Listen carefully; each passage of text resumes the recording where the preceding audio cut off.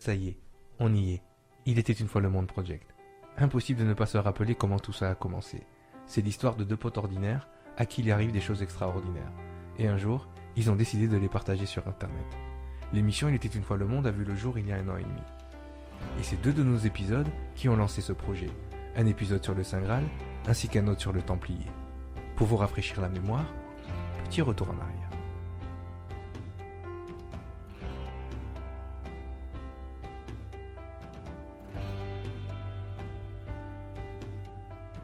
Et voilà l'histoire telle qu'elle s'est passée. C'est que une fois que Jésus est mort, les chrétiens sont tous pourchassés. D'accord, ils sont tous pourchassés et donc les proches du maître doivent tous s'échapper, dont Marie-Madeleine. Mais au moment où Marie-Madeleine s'échappe, elle est enceinte. Oh là, ça y est, on a perdu tous les cathos, les chrétiens, ils sont tous en train de saigner du nez. Quoi? Mais enceinte de qui? Quel apôtre a fait ça? Pas un apôtre. Elle est enceinte du maître. Être rabbin, ne pas être marié, ne pas faire d'enfants, c'est un péché. Donc déjà, remettez-vous dans ce contexte. Elle part, elle est enceinte. Et on retrouve des traces de cet enfant qui va naître. Et bizarrement, c'est pas un garçon qui naît. C'est une petite fille. Un secret est en train pas d'être divulgué, mais un secret certainement qui date du moment où les Templiers ont retrouvé ces choses dans le tombeau de Salomon. Effectivement, ce secret-là, parce que c'était une des caractéristiques des Templiers, cette faculté de pouvoir cacher les choses, de garder un secret. Garder un secret, c'est extrêmement difficile. Alors, comme des fois on a du mal à le garder en soi, on va le dire, mais de façon codée. C'est une chose que l'on retrouve dans toutes les loges, dans tous les ordres franc-maçonniques au jour d'aujourd'hui, c'est qu'ils ne cachent rien. Tout est à votre vue. Mais c'est tellement codé, vous n'avez tellement pas idée de comment décoder ces choses-là que vous ne voyez rien. Et effectivement, et ça a toujours été rattaché à Gisors, on retrouve donc cette fameuse stèle donc d'Amérindiens, mais que se passe-t-il à ce moment-là?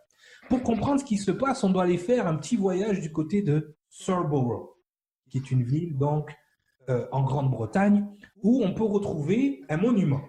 Et sur ce monument, donc qui appartient à un riche britannique qui s'appelle Sanson, d'accord, bon, on va pas s'étendre sur lui, apparaît un tableau, d'accord, sur cette fresque, la reproduction d'un tableau d'un peintre français franc-maçonnique, hein, n'est-ce pas, qui s'appelle Poussin.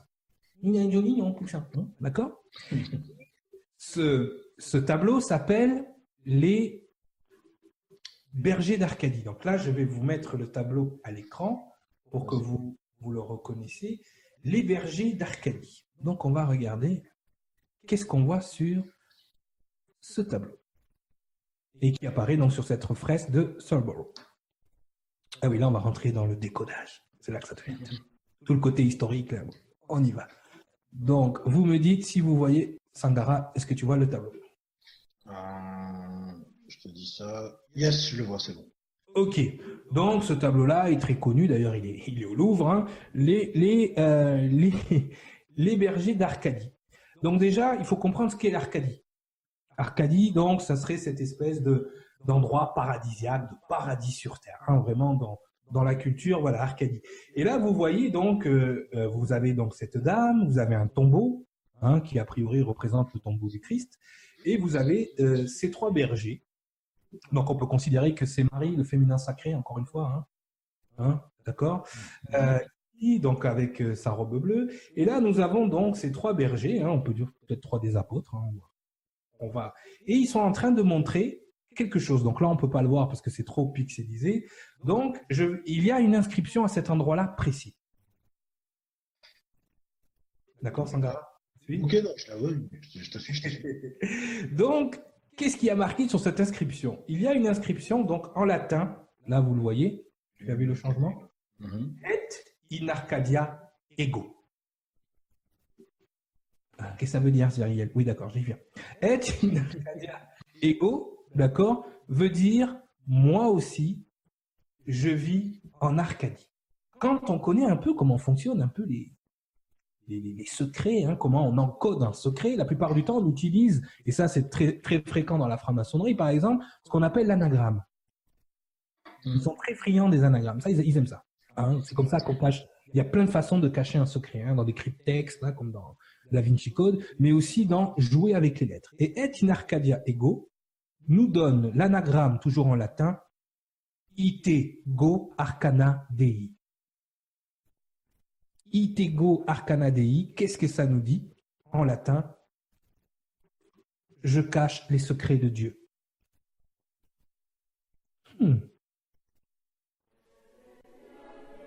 Après ces 2 émissions, nous étions rentrés dans le sacro-saint du secret le plus gardé de l'humanité. Nous avons reçu énormément d'emails, mais l'un d'entre eux attira notre attention un peu plus que les autres. Eric, un fidèle auditeur, qui depuis est devenu notre directeur de tournage, nous apprend qu'il connaît le propriétaire d'un tableau non reconnu par le Louvre, mais un tableau qui viendrait compléter nos émissions, ainsi que la collection des Bergers d'Arcadie. En effet, les Bergers d'Arcadie ne sont pas un seul tableau, mais bel et bien une connexion de plusieurs œuvres de Nicolas Poussin, et d'autres auteurs comme le Guerchin, comme le tableau que vous voyez à l'écran, avec l'inscription Et in Arcadia ego surmontée d'un crâne mystérieux. Et in Arcadia ego, moi aussi je vis en Arcadie. Tego arcana dei, va, je cache les secrets de Dieu. Mais aussi Regina adei acto, reine par décret divin. Après analyse et étude des tableaux, tout nous amène à Rennes-le-Château, déjà célèbre pour ses mystères autour du féminin sacré. Donc, direction Carcassonne, où nous avions donné rendez-vous à un groupe d'auditeurs et de cherchants afin d'élucider les mystères du tableau et du Saint Graal.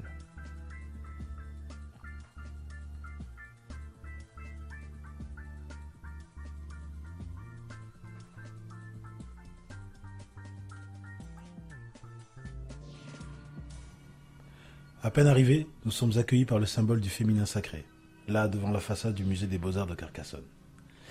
Nous aurions pu nous contenter de regarder sans voir, comme tous ces passants que nous croisons. Mais nos réflexes sont là, innés. Nous levons les yeux et s'offre à nous un éventail de symboles. Nous vous laissons observer, d'abord du côté gauche, puis du côté droit.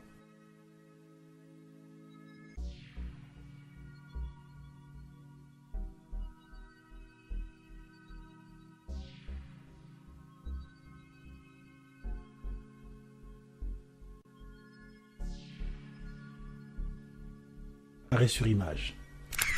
Les références sont nombreuses. Commençons par le compas et l'équerre. Inutile de vous expliquer les forces en présence.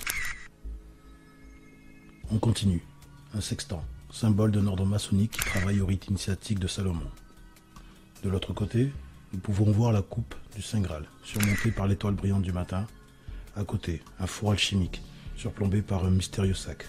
Pour terminer, étrange de découvrir cette longue vue, observant ce globe terrestre avec un équateur penché.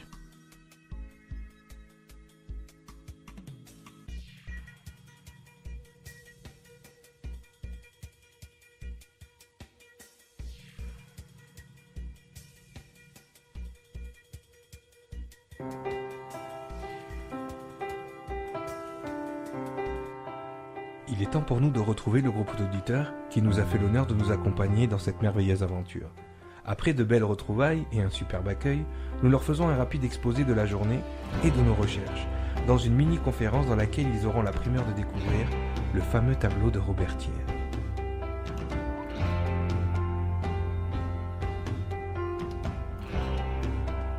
Mais surtout, il y a un autre endroit dans le tableau où on voit au loin une espèce de montagne qui est très connue dans le coin qui s'appelle le pic de Bougache. Donc la vision de ce tableau est une vision vue de Rennes-le-Château, qui nous donne encore des indications sur cet endroit.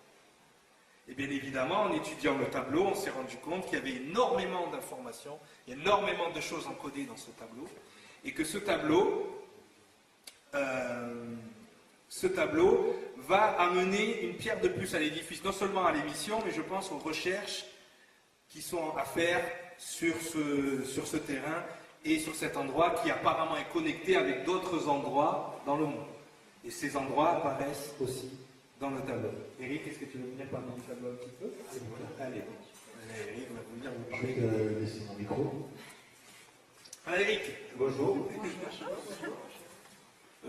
C'est difficile d'en parler parce qu'en fait c'est rentré dans ma vie complètement naturellement, donc ça s'est passé en 89. C'est pas moi qui suis allé à la rencontre du tableau, c'est le propriétaire qui est venu me rencontrer parce qu'à l'époque je travaillais dans une chaîne de magasins qui s'appelle Connexion. Il y en a qui ont connu Connexion, je suppose, hein, d'accord. Donc j'étais chez Connexion et par rapport aux légendes de Rennes-le-Château, il faut savoir que tous les présidents de la Ve République ont fait des recherches là-bas. Il est venu pour chercher un détecteur de métaux, le propriétaire. Je ne dis pas le nom encore. Je crois qu'on le verra de toute façon. Mais parce que je vais raconter des choses, mais à vous. Mais après, avant que ce soit raconté sur le net, on va s'assurer quand même que lui il est d'accord, parce qu'il a 83 ans, il faut faire attention à ce qu'on fait. Donc ce tableau, ben, c'était mon anniversaire en plus, ce jour-là, j'avais 21 ans, donc ça commence à faire beaucoup. Ça fait 24 ans, donc j'ai 45 ans. Donc ça m'est arrivé il y a 24 ans. Et bon, donc sur ce tableau, il est allé faire des recherches jusqu'au Vatican avec un rayon X. Il a été aidé quand même pour ses recherches par Claudia Cardinal. D'accord. Le directeur du musée des Augustins à Toulouse, quand il a vu le tableau, il a dit « mais c'est Rennes-le-Château ». Donc voilà, un connaisseur lui l'a confirmé. Il a fait venir un taxi, enfin, il a dorloté et tout quand il a vu le truc. Bon, voilà. Et ce tableau il a été découvert à Toulouse donc en mai 75 lors d'un marché aux puces, place du Capitole. Après, qu'est-ce que je pourrais vous dire de plus? Moi, quand je mets en perspective dans ma vie, ben, ça rejoint le taux de probabilité qu'on avait tout à l'heure. Je travaillais chez Connexion. Le mec, il est venu vers moi. Bon, j'ai toujours eu cette idée en tête, là, cette histoire, cette légende, je l'ai jamais gratté. Et puis un jour, je rencontre Cyrilien, et puis boum, lui, il fait il parle des Templiers, il parle de Rennes-le-Château, et moi, j'ai le chaînon manquant. C'est quand même assez extraordinaire. Bonjour Eric, ça va? Bonjour Sangara. Alors aujourd'hui on est à Rennes-le-Château après une journée intense. Ce matin tu nous as parlé d'un tableau que tu as découvert. Est-ce que tu peux nous en dire plus déjà sur l'auteur Nicolas Poussin, c'est ça? Alors bon, sur Nicolas Poussin je ne vais pas raconter grand chose. Ouais. Parce que moi au niveau culture, peinture, c'est pas du tout de mon ressort. Moi tout ce que je peux raconter c'est l'histoire qui m'est arrivée avec ce tableau. Les problèmes qu'il rencontre aujourd'hui par rapport à sa validation, on va dire, c'est un tableau qui n'est pas reconnu par le Louvre. Pourtant, bon, il y a autour de lui des spécialistes qui disent que bon, spontanément, il est reconnu par exemple par le directeur du musée des Augustins. Donc on peut pas nier que ce tableau. Pour refaire un petit peu l'historique du tableau, donc c'est un tableau qui a été découvert à Toulouse, c'est ça? C'est ça. Alors en fait, il a été découvert à Toulouse en mai 1975, place du Capitole, par Robert Thiers, un tapissier. Alors c'est pas un peintre tapissier qui refait les tapisseries de HLM, mais c'est quelqu'un qui restaure les meubles, hein, donc qui est dans le domaine de l'art et qui a le coup d'œil. Et je pense que il ne doit pas trop se tromper puisque finalement son fils aujourd'hui est devenu restaurateur de tableaux, qui travaille avec le directeur du Louvre, Rosenberg, et qu'il est appelé jusqu'au Japon et dans le monde entier pour restaurer des œuvres d'art des plus illustres peintres. Donc voilà, je veux dire, rien que là, pour moi, on ne peut pas être le papa d'un restaurateur qui traverse le monde entier et se tromper sur un tableau, je crois pas. Surtout qu'il a d'autres œuvres authentiques qui sont reconnues chez lui. D'accord, donc en fait, le fils du découvreur de ce tableau travaille avec la personne qui ne veut pas authentifier le tableau, c'est ce que tu es en train de me dire? Oui, tout à fait, c'est ça. D'accord. Il travaillait, il était restaurateur au Louvre. Voilà. Voilà. Ok. Et est-ce que tu as une idée pourquoi on ne veut pas reconnaître ce tableau en fait? Alors, est-ce que j'ai une idée? Ouais, bon, mais ça, ce serait mon idée, mon interprétation, mon avis. C'est quand même du lourd. Ouais. Je suis pas un connaisseur. Voilà. J'ai des oreilles qui traînent, mais ça n'engage que moi. Donc voilà, je préférerais que Robert Thiers, et j'espère que tu auras l'occasion de le rencontrer, de toute façon on peut faire en sorte.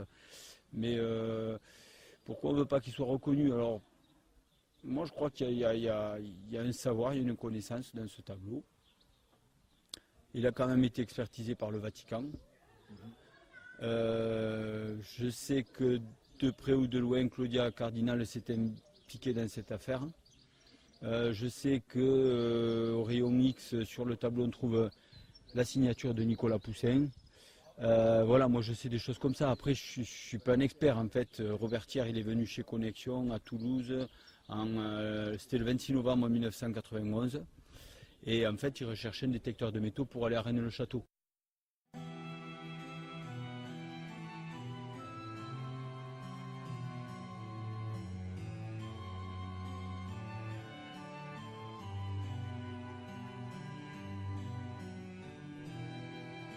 Le 11e travaux d'Hercule.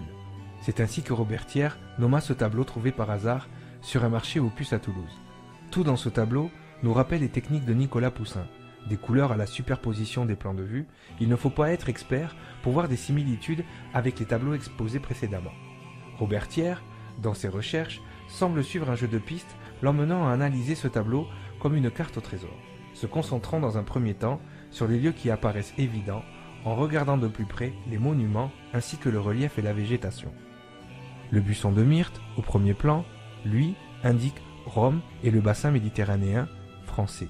En effet, ces buissons s'y trouvent à foison. Sur un autre pan du tableau, on retrouve le château de Saint-Ange et le canal d'Agrippa. En arrière, nous reconnaissons dans le relief le pic de Bougarache vu de Rennes-le-Château. En face, au milieu de l'eau, l'île Tibérina dans sa forme primitive. Sur ce plan, le mont Janicule ou mont Tabor et à l'emplacement du temple d'Isis, la forteresse du roi Sabin, Ancus Martius. Je reste interpellé par ce petit arbuste au premier plan. En effet, on retrouve la myrte dans le paysage de la Rome antique, ainsi que dans le massif de notre bassin méditerranéen. Mais ce que semble avoir occulté le propriétaire du tableau, c'est que l'on retrouve aussi cet arbuste du côté de Jérusalem en Israël. Il est même utilisé par les religieux pour fêter le Sukkot et représente la Mishnah avec la palme de dattier, la branche de saule et le cédra, représentant l'union des lignées juives d'Abraham, d'Isaac, Jacob et de Joseph. Dans la mythologie grecque, la myrte représente la déesse de la fécondité Déméter. Chez les Romains, elle représente la déesse Vénus, symbole du féminin sacré. Donc, récapitulons, nous avons un tableau, vraisemblablement Nicolas Poussin, indiquant Rome, le sud de la France, Rennes-le-Château et une descendance féminine hébraïque, accompagnée par le symbolisme du féminin sacré.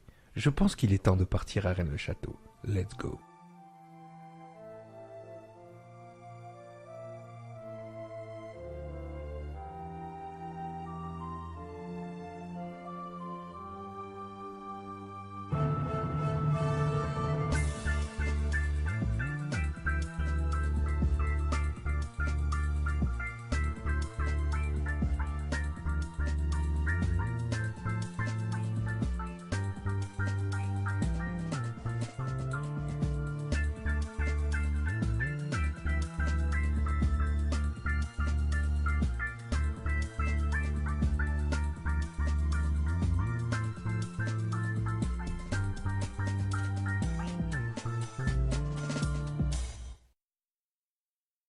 Nous sommes arrivés, Rennes-le-Château, sur le site de l'église, et nous retrouvons Stéphanie, la guide officielle que nous avons sollicitée.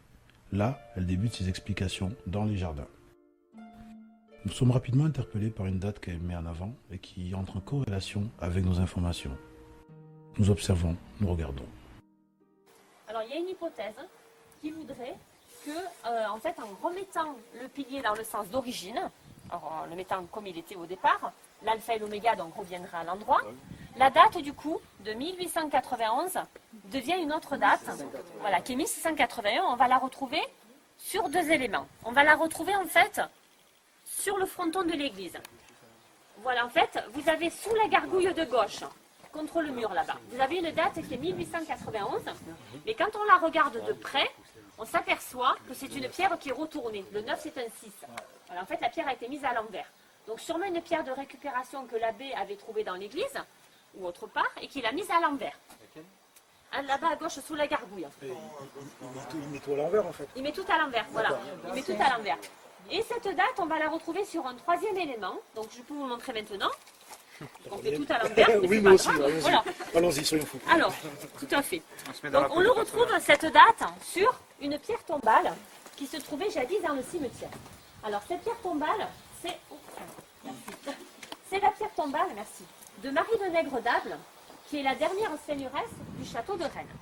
Alors cette seigneuresse, d'après l'histoire, elle est morte en confiant un secret de très grande importance à son confesseur qui était à l'époque le curé, l'abbé Bigou. Donc elle est morte, cette dame, le 17 janvier 1781. D'après l'histoire, donc le curé, l'abbé Bigou, s'est enfui de Rennes-le-Château à la Révolution, il est parti vers l'Espagne. Et avant de partir, on dit qu'il a codé le secret de la seigneuresse sur sa pierre tombale. Saunière l'a redécouvert plus tard, plus de 100 ans plus tard. Et quand Saunière l'a redécouvert, donc il s'est attelé à essayer apparemment de le décoder. Un peu plus tard, il s'est aperçu aussi que certaines personnes s'intéressaient à ceci. Ces personnes faisaient partie de la Société d'études scientifiques de l'Aude, la CESA. Donc il était venu en excursion à Rennes-le-Château en 1906. Quand Saunière il a vu que d'autres personnes s'intéressaient à cette tombe, eh bien, il a fait disparaître juste après. Il avait peur que d'autres que lui la décodent. Cette pierre tombale, heureusement, elle a pu être relevée par la CESA, donc c'est pour ça qu'on en a un croquis exact. C'est pour ça qu'on a ce croquis-là. Donc cette stèle était là à l'époque du curé. C'est le seul document authentique de l'époque, puisque vous allez voir dans des ouvrages des reproductions de parchemins que Saunière aurait trouvé dans l'église, mais on n'est vraiment pas sûr que ce soit ceux de l'époque, puisqu'il y a eu beaucoup de faux qui ont été ajoutés à l'histoire. Mais le seul document authentique, c'est celui-là. Alors cette pierre tombale, on est sûr qu'elle est codée, puisqu'elle comporte beaucoup d'erreurs. Alors, quand on commence à lire, on va s'apercevoir en haut, vous avez marqué CTJ, au lieu de 6J. Après, je vous la ferai passer, comme ça vous verrez de près. Ensuite, vous avez des lettres plus petites. Vous en avez 4, qui forment le mot épée. Vous avez des lettres qui sont mal placées. Le M de Marie qui est là tout seul, au lieu d'être là. Vous avez des erreurs. Son nom, c'est Marie de Nègre-d'Able. Ici, vous avez marqué Marie de Nègre-d'Arles, faisant penser aux Sainte Marie de la Mer. Donc, il y a pas mal d'erreurs comme ça tout le long. Et l'erreur la plus flagrante, elle est en bas. Il y en a 2 d'ailleurs, les grosses erreurs en bas. C'est sa date de mort, puisque je vous ai dit qu'elle est morte le 17 janvier 1781. Et ici, en chiffre romain, il y a marqué une autre année. Vous avez en fait un C du chiffre romain qui a été remplacé par un O, qui n'existe pas en chiffre romain. Et en remplaçant le C par un O, on lit 1681, comme sur le pilier et sous la gargouille. Donc c'est sûrement une date très importante dans l'histoire de Rennes-le-Château.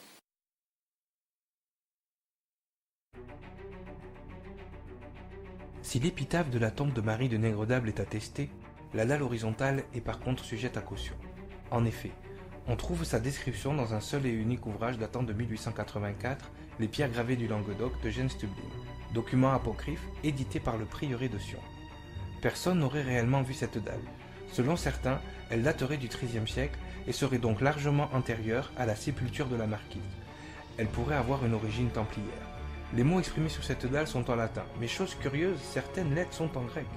Les 2 ensembles des lettres verticales, à gauche et à droite, se traduisent par « et in Arcadia ego », locution déjà présente dans le tableau que nous vous avons présenté de Nicolas Poussin, Les bergers d'Arcadie. Au centre de la dalle, nous trouvons 4 mots latins, « redis », signifiant « Rennes-le-Château », ou le verbe « rendre »,« regis », signifiant « roi » ou « régner », « célis », signifiant « cave », « tenir secret »,« caché », « archis », signifiant « abri », refuge, arche, ou peut-être même la ville d'Arc, très proche de Rennes-le-Château. Mais ça, c'est pour une autre histoire. Nous pouvons observer les lettres de l'alpha et de l'oméga en haut et en bas à droite de la stèle. Ces lettres, nous les retrouverons dans l'église, au pied de l'autel. Tiens, Sangara, fais-nous visiter cette église.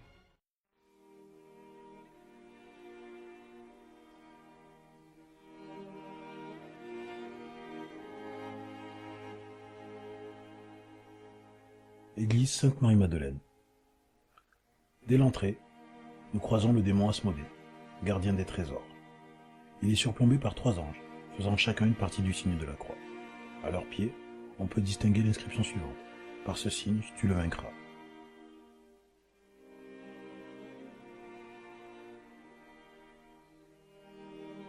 Stéphanie nous invite à nous installer afin de poursuivre la visite.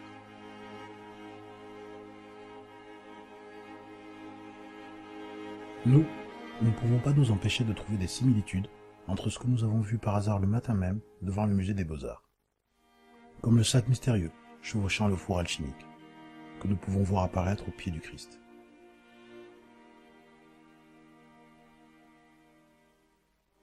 Voici une station qui nous interpelle. On peut y découvrir un petit garçon noir. Cela nous rappelle un culte important dans la communauté gitane. Sainte Sarah, la Vierge Noire, présente aux Sainte Marie de la Mer, représentante de la descendante du Christ. Au pied de cet enfant, on distingue une cavité rajoutée par la Bessonnière, représentant visiblement la grotte de la Madeleine. Ce lieu que nous avons pu observer des hauteurs de Rennes-le-Château.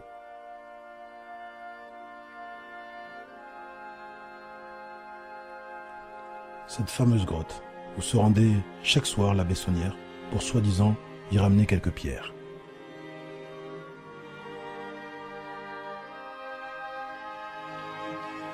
Encore une fois, sur le fronton du musée des Beaux-Arts, cette petite ouverture à côté du four alchimique, au départ anodine, prend maintenant une autre dimension.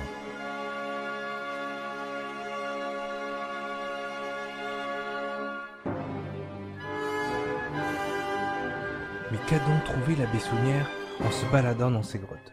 Surnommé le curé au milliard, il avait été capable de restaurer la quasi-totalité du petit village de Rennes-le-Château, et en particulier l'église Sainte-Marie-Madeleine, avec un humour et une symbolique bien particulière, comme ce crâne nous souriant au-dessus du cimetière. Où avait-il trouvé les fonds pour construire la Villa Béthanie? Des dépenses de plus de 6 000 francs par mois, alors qu'un curé de cette époque n'en gagnait que 70. Une villa de 3 étages pour soi-disant accueillir des curés malades. 3 étages pour des curés handicapés? Voyons donc, monsieur l'abbé. Quelques réponses apparaissent dans le statuaire. Pour une église dédiée à Marie-Madeleine, il est étrange de voir trôner Saint-Antoine de Padoue devant la chaire. Pas tellement, si l'on se réfère à son assistance pour retrouver ce qui est caché et perdu. La disposition du statuaire encode à elle toute seule des secrets étonnants. En effet, si l'on trace la lettre M de Marie ou Marie-Madeleine au début du statuaire, chaque pointe de la lettre nous indique un saint particulier. Sainte-Germaine, Saint-Roch, Saint-Antoine l'Ermite, Saint-Antoine de Padoue, et au-dessus de la chaire, Saint-Luc, traçant à eux 5 dans leurs initiales le mot Graal. Et Marie-Madeleine, elle, qu'a-t-elle à nous dire? Elle surplombant ce fameux crâne qui ne cesse de nous suivre. Nous avons retrouvé ce crâne à peu près partout. Dans les tableaux, au-dessus du cimetière, mais également dans toutes les symboliques tournant autour d'elle. C'est au-dessus du porche, à l'entrée, que nous la retrouvons dans une position particulière. En effet, elle ne tient pas la croix du Christ contre elle comme à son habitude, mais cette fois-ci en nous indiquant une direction. La direction, c'est celle du mont Bougarache. Cette fameuse montagne bien connue pour ses histoires de fin du monde.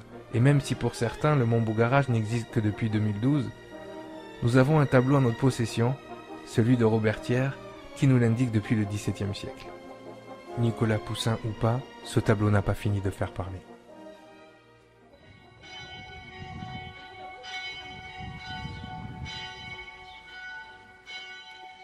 Voilà, donc nous sommes à Rennes-le-Château, en face de la Villa Béthanie. Donc vous avez vu déjà dans le reportage ce que représentait cette villa. Nous sommes en compagnie de notre guide d'aujourd'hui, Stéphanie. Alors Stéphanie, bonjour. Bonjour.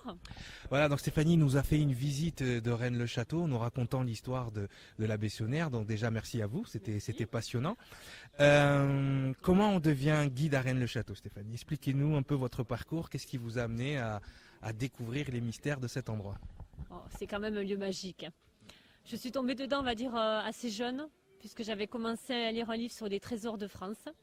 Et c'est cette histoire de Rennes-le-Château qui m'a interpellée plus que toutes les autres. Donc j'ai commencé à venir en vacances, à étudier tout ça, et puis l'engouement a fait que j'ai passé mon temps, pas mal de temps aux archives départementales et sur le secteur à rechercher vraiment tous ces lieux antiques. D'accord, d'accord. Donc en fait, vous n'êtes pas du coin à la base. Non, non, non, je suis de Marseille. Une Marseillaise. Alors vous savez que je suis supporter de l'OM, donc tout va bien pour moi. va bien. Hein, voilà. Sangara sera pas content, mais c'est pas grave. D'accord.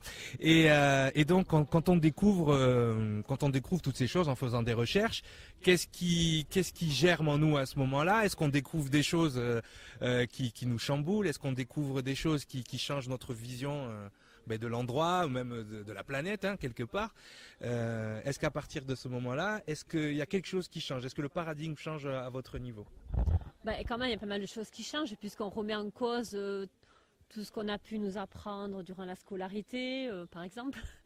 Et c'est vrai qu'on fait des découvertes qui mènent de fil en aiguille à d'autres choses et qui amènent à découvrir des secrets quand même liés à la région et même à la France entière. Et c'est vrai qu'il y a du monde il y a des personnes qui viennent du monde entier. Donc ça interpelle aussi pas mal de pays. C'est pas limité à la France. Oui, effectivement, grâce à des romans comme le Da Vinci Code et des choses comme ça, c'est sûr que ça a dû amener beaucoup de monde ici qui ont voulu découvrir un peu les mystères de cet endroit. Et justement, est-ce que vous avez découvert des choses que dans vos visites ou dans vos guidances, vous retenez quand même? Est-ce que vous gardez des secrets que vous auriez pu peut-être découvrir, ou vous vous dites à un moment donné, ils sont pas prêts, peut-être que ces choses-là, je ne devrais pas les inclure dans ma visite, ou sinon, vous avez tout donné aujourd'hui? Nous, déjà, on a l'impression qu'on a découvert déjà plein de choses, on savait des choses, mais on a découvert plein de choses. Mais est-ce qu'il y a des choses encore que vous gardez secrètes ou cachées, justement, dans un souci, ou c'est peut-être de ne pas choquer l'auditoire? Alors, donc, je garde pour pas choquer, non. Par contre, des choses que je suis en train de mettre à jour, notamment des liens avec la monarchie, ou un secret qui serait vraiment partagé par d'autres curés du coin. Cette histoire n'est vraiment pas liée qu'à la Bessonnière. Il y a plusieurs prêtres impliqués dans l'histoire, et j'attends d'en parler afin d'être sûre vraiment de mes recherches. Voilà. Tant que je ne suis pas sûre, je préfère ne pas trop m'avancer là-dessus. D'accord, donc tant que vous n'avez pas validé, hein, vous entendez, hein, Voilà. Tant qu'on n'a pas validé, on ne parle pas. Tout à fait. Eh bien merci Stéphanie, ça sera tout Merci pour à nous vous. deux, mais merci pour cette visite. Et donc voilà.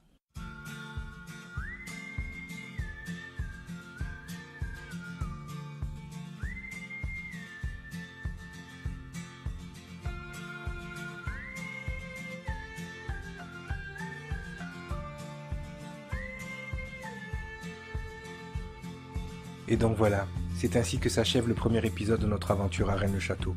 Encore un peu dérouté par l'enchaînement des synchronicités et le nombre d'informations collectées, il nous faudra certainement d'autres épisodes pour vous décliner tout ce que nous avons découvert.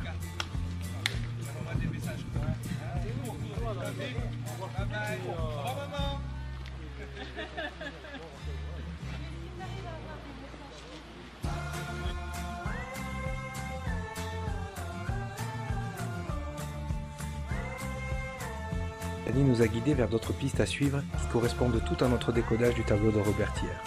Des œuvres spécifiques sur l'arrivée de la lignée christique en France et des symboles comme des sceaux de Salomon apparaissant partout à travers la région. Tout ça nous encourage encore un peu plus dans nos recherches, sans oublier le mont Bougarache, toujours associé à autant de mystères. Il est temps pour nous de retourner faire nos devoirs au reste de notre décodage de ce tableau. Alors on vous dit à bientôt pour de nouvelles aventures de Il était une fois le monde.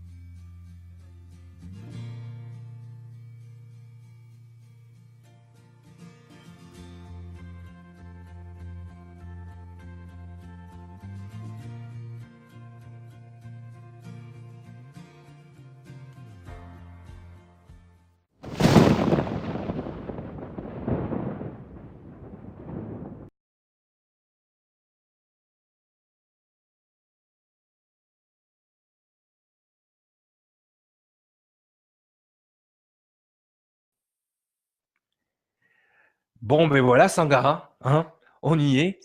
Hein, c'est incroyable. Ça y est, les gens l'ont vu. Normalement, ils l'ont vu. Hein. Alors, désolé pour le temps qu'on a eu aussi pour la sortie, comme si pour les gens qui ont vu l'émission avec Nora d'hier soir, hein, pour ceux qui regarderont la vidéo aussi plus tard. C'est vrai que on tire notre chapeau aux gens qui font ça de façon professionnelle. Donc, cette émission Les Petites Fois le Monde, vous avez vu, a changé de format. Vous avez des images en direct, vous avez des interviews. On est dans quelque chose qui demande énormément de travail. On ne se rend pas compte, hein. Mais voilà. Mais en tout cas, on a vécu une super belle aventure pour ce premier épisode. Et toi, donc justement, Sanga, est-ce ça y est, c'est en ligne là. Soulagement, Ouais, hein. ouais, ça fait du bien. C'est vrai que c'est une épopée de quelques mois sur le travail donc, de montage, mais même avant sur la préparation. Donc, ce qui a été, voilà, j'étais vraiment laissé en premier lieu sur le montage. Ça, moi, c'était plus la préparation Ah oui, de mais toi, l'événement, de la rencontre. ça fait tout le travail. Ce que vous ne vous rendez pas compte, c'est le travail colossal d'organisation de Sangara juste avant le reportage. Et puis moi, c'est normal que je m'occupe du reste, hein, quelque part. Donc, Voilà, hein, licence équivalent. c'est ça, et de se dire que c'est enfin terminé, waouh, ça fait du bien. Mais en même temps, c'est terminé, c'est le début du prélude, du commencement de quelque chose, en fait. Et c'est ça qui est extraordinaire. On va être amené, j'espère, on verra dans les mois à venir, à repartir sur les routes. On l'a déjà fait sur notre sujet. Mais voilà, c'était un moment intense. Un moment riche en émotions, même avec les gens, surtout les rencontres. Et ensuite, vous avez déjà pu avoir un bon aperçu. Mais c'est vrai que de voir le reportage là, j'espère que ça vous amènera vous aussi à vous poser des questions et aller sur le terrain parce que c'est la seule chose qui compte en fait, au final. Effectivement, c'est ça, c'est de se rendre compte sur le terrain. C'est vrai que quand on a pris ce parti-là, bon, nous, au départ, pour ceux qui s'en rappellent, on avait juste acheté des petites GoPro, on partait en caméra embarquée et puis filmer les endroits. On pensait jamais arriver à ce genre de montage-là, mais C'est ça. voilà, la petite GoPro, elle est là. Et surtout, on pensait pas faire une série de ça. C'est-à-dire qu'on pensait faire un comme ça et puis c'était terminé. Mais il y a tellement de choses à dire, tellement de choses qu'on a découvertes à ce moment-là. Et c'est vrai que ce premier reportage n'est uniquement basé que sur ce petit buisson, hein, de myrte qu'on a au premier plan. Donc, toute l'émission que vous avez vue, elle est simplement basée sur ce Regina Adei Acto qu'on peut retrouver complètement dans ce petit buisson de myrte et qui a été le fil conducteur de ce qu'on a fait à Rennes-le-Château. Maintenant, on a trouvé d'autres pistes. On a rencontré aussi par le biais d'Internet Rudy, que peut-être certains ont vu aussi sur Nurea TV avec sa bande dessinée sur Rennes-le-Château, qui a des choses, ses recherches se croisent complètement avec les nôtres et certainement qu'on va fusionner nos énergies à un moment donné, peut-être plus tard dans certains épisodes avec lui, pour pouvoir encore corroborer et mélanger. Ça y est, le savoir n'appartient plus aux élites. On commence à, on commence à récupérer ce savoir-là. Et grâce à la sagesse de Sangara et puis à ma filouterie de mon côté, on est capable maintenant de vous donner des choses concrètes par rapport à ça. Donc là, on était juste basé sur ce petit buisson. On va voyager dans ce tableau au fil du dossier Rennes-le-Château. Donc bien évidemment, on aura d'autres sujets entre-temps. On a un sujet bientôt qui arrive sur les druides. On a eu une interview d'un druide dans la forêt de Brocéliande. N'est-ce pas, Sangara? Ça, c'était une super interview. Pareil, une énergie d'une puissance extraordinaire, une fluidité aussi dans la rencontre. Hein. Donc, on l'embrasse au passage. Oui, Pascal, si tu écoutes du fond de ta forêt. Hein. C'est ça. Sur ta pierre. Et effectivement, donc les druides, mais pas que. On a prévu de voyager dans pas mal de villes d'Europe pour l'instant. Oui, grâce au tableau d'ailleurs, en l'occurrence, qui nous amène dans d'autres villes en Europe, à Rome en l'occurrence. Voilà, c'est ça. Il va y avoir la Grèce, on a prévu plein de choses. Voilà, la Grèce, Genève, etc., etc. Donc c'est riche, c'est une nouvelle aventure vraiment qui commence. Alors effectivement, les gens auraient pu penser que voilà, il était une fois le monde revient, c'est une saison 4. Non, c'est une toute nouvelle émission, c'est un nouveau format, c'est une nouvelle énergie. Un rythme plus lent, désolé, il y aura peut-être du temps avec l'épisode 2, hein, parce qu'on a beaucoup de choses à faire, on a un livre à écrire, hein, n'est-ce pas, Sangara? Oui. Et on a des livres écrits. Ah non, et on a des livres, on a le deuxième opus. Hein, les chroniques de Sangara, Terra Nova. Alors, je fais la promo parce que je suis dedans. Alors, voilà, c'est ça. Alors, Vas-y, parle-nous de ton livre, justement. Alors, tu vois, dans l'idée, c'est vrai que après les Chroniques de la Liberté, c'était très compliqué de repartir sur une suite parce que c'est un livre qui se suffit à lui-même en fait, parce qu'il a été écrit dans un contexte bien précis, avec une énergie bien précise. Et quand je me suis posé la question de faire une prolongation, je me suis dit je ne peux pas faire une suite. Par contre, on a pu avoir sur nos chemins, quand on s'est baladé dans toute la France, qu'on vous a rencontré sur les stages et sur tes stages et les séminaires, les gens m'ont souvent dit voilà, waouh, c'est intéressant, mais c'est riche. Et c'est très compliqué, il faut le relire et le relire et le relire. Il faut le suivre. Voilà, donc ce que j'ai fait, je me suis mis en mode série télé. Je me suis mis en mode film. Et j'ai décidé de faire ce qu'on appelle un spin-off. En fait, on prend l'histoire originale et on extirpe en fait certaines péripéties en trilogie et ça va faire une autre, en fait, une nouvelle série. Un autre développement. Un autre développement, voilà, exactement. Donc, effectivement, on commence dès demain, puisque les Chroniques de Sangara, donc le tome 1 de cette nouvelle aventure sortira demain. On parle le 10 novembre, hein, parce qu'il y a des gens qui regarderont cette vidéo peut-être dans… Oui, voilà. Donc, tu parles du 10 novembre 2016. Du 11 pour le coup. Donc, ça sera le 11-11. C'est pas un hasard. Voilà. Pas Sangara. Voilà, et donc notre premier tome, Terra Nova. Alors là, ce qui va être intéressant, c'est que je vais mélanger un petit peu encore plus l'histoire contemporaine. C'est pour ça que sur un de mes teasers, on pouvait voir des catastrophes réelles qui se sont passées ces dernières années. On voit aussi le président George Bush dans le teaser parce que il y a une importance en fait des événements qu'on est en train de vivre et j'anticipe en fait sur la suite et vous verrez qu'au fur et à mesure de la lecture il y a un lien avec les Chroniques de la Liberté, mais ce lien-là n'est pas évident dès le début de la lecture. C'est ça qui est intéressant dans cette nouvelle trilogie. C'est voilà, c'est ça. Ça donne vraiment l'eau à la bouche, tout ça, en tout cas. Mais encore une fois, je ne le dirai jamais assez à quel point je suis fier de ce que tu fais. Merci de m'accompagner aussi dans l'écriture de mes livres et de nos livres, parce qu'on a un livre en commun bientôt. Voilà, mais je vais en profiter pour te remercier de tout ce que tu fais. Hein, comme ça, voilà, tout le travail en amont. Voilà, il y a des choses que vous voyez qui sont visibles et moins visibles, et il y a beaucoup de choses moins visibles que vous ne voyez pas, et c'est Sangara qui s'occupe de ça. Donc, il faut aussi remercier et être gratitude de notre travail, que les gens aussi se rendent compte que voilà, il y a toute une organisation et que ça, c'est vraiment balèze là-dessus. Pour des gens qui veulent organiser des trucs, allez voir Sangara. Hein, je vous le dis. Mais pour l'instant, je le fais pas avec moi. Alors, je me le garde. D'accord. Donc, voilà. En tout cas, merci à tous les gens qui ont participé. Merci à Eric, à Noémie. Vu à la fin, il y a marqué Ange Gadien. C'est parce qu'on l'a surnommé Gad, en fait. Hein. C'est Ange. Vous avez vu, c'est Terminator. C'est pas une faute d'orthographe, parce que les gens me chassent avec les fautes d'orthographe. Non, c'est l'Ange Gadien, hein, parce qu'en créole, il n'y a pas de R. C'est l'Ange Gadien. D'accord. Donc voilà, et surtout, merci à Stéphanie, notre guide, donc, qui a gagné le prix Béranger Saunière. Attends, ce n'est pas rien, on n'avait pas n'importe quel guide. Merci à tous les gens qui vont participer à l'aventure. Merci aux gens qui ont diffusé l'information. J'ai vu que hier, il y avait des sites sur Rennes-le-Château où on les nommera certainement à la fin du reportage aussi pour que les gens puissent se renseigner, parce que c'est vrai que nous, on a pris l'information, on l'a amené dans une direction qui suivait ce fameux buisson de myrte. On est sur même pas 1/5 de l'information, ou même de l'information que vous pouvez trouver sur Internet, mais on va vous amener toujours comme il était le cas dans les autres émissions, dans une suite logique. Donc, on a vulgarisé vraiment cette première partie. On va se balader. On a encore des endroits dans le tableau qui nous emmènent pas très loin de Rennes-le-Château. Donc, c'est à côté de chez Sangara. Donc, lui, il est au top.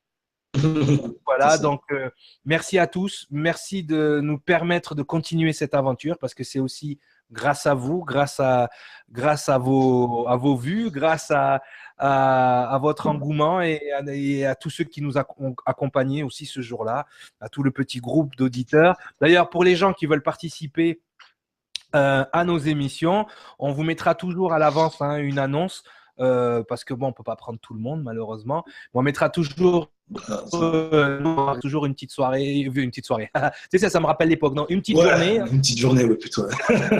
Non, pas de soirée, les gens. Il n'y a pas de soirée hip-hop, tout ça. En fait, et on organise donc une petite journée, donc avec repas, avec tout ce qui s'ensuit, une petite conférence pour vous et tout.